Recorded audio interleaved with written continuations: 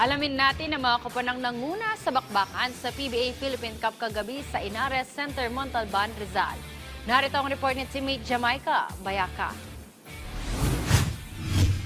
Matapos ang 4 na sunod na talo, muling nakabalik sa win column ang Phoenix Fuel Masters matapos dominahin ng Terra Firma Jeep 107-76 sa pagpapatuloy ng PBA Philippine Cup sa Inares Center, Montalban, Rizal. Malakas ang simula ng Fuel Masters na agad nagtala ng 37-20 lead sa unang yugto. Pagdating sa third quarter, lumobo pa ito sa 84-68 bago tuluyang pinatahimik ang Jeep sa huling quarter para sa liuhan ng panalo. Bumida si Kai Balungay na may 19 points at 12 rebounds, habang nagdagdag si Richie Rivera ng 16 points. May tig-12 puntos naman sina Jason Perkins at Brian Santos, kaya't umangat ang Phoenix at 2-5 record. Ang ultimate goal namin is to make the playoffs. Pero hindi namin tinitingnan yung playoffs. Ang tinitingnan lang namin is the next game. Initially, it was Terra Firma, so we prepared very, very hard for Terra Firma. They give so many different looks defensively. Tonight was a good step in the right direction. And it's a credit to the coaching staff. We see how hard they work to give us the blueprint to go out there and execute. And early on the season, we've had our struggles, but like I said, this is the first step in the right direction.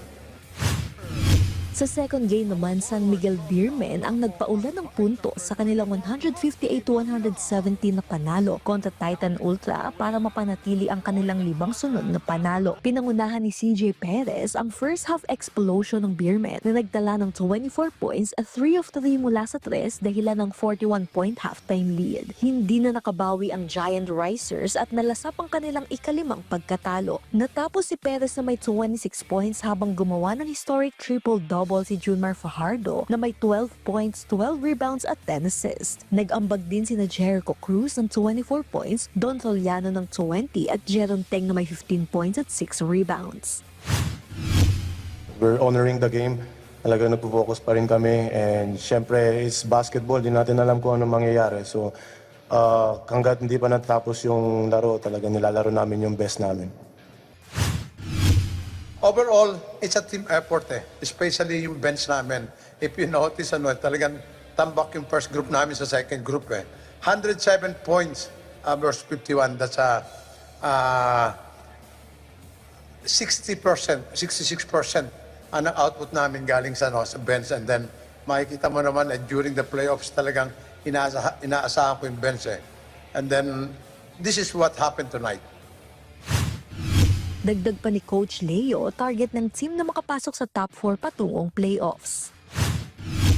In order for us to get into the top 4, which is our target, so we need to have at least 8 wins. So, more or less naman, alam naman nila yun. That's why yung break namin, gagamitin namin for us to be consistent and to get into top shape because after our next 4 games, it will be a playoff games. Magpapatuloy ang aksyon sa PBA sa Biyernes, November 14 sa Araneta Coliseum. Jamaica Bayaka para sa atletang Pilipino, para sa bagong Pilipinas.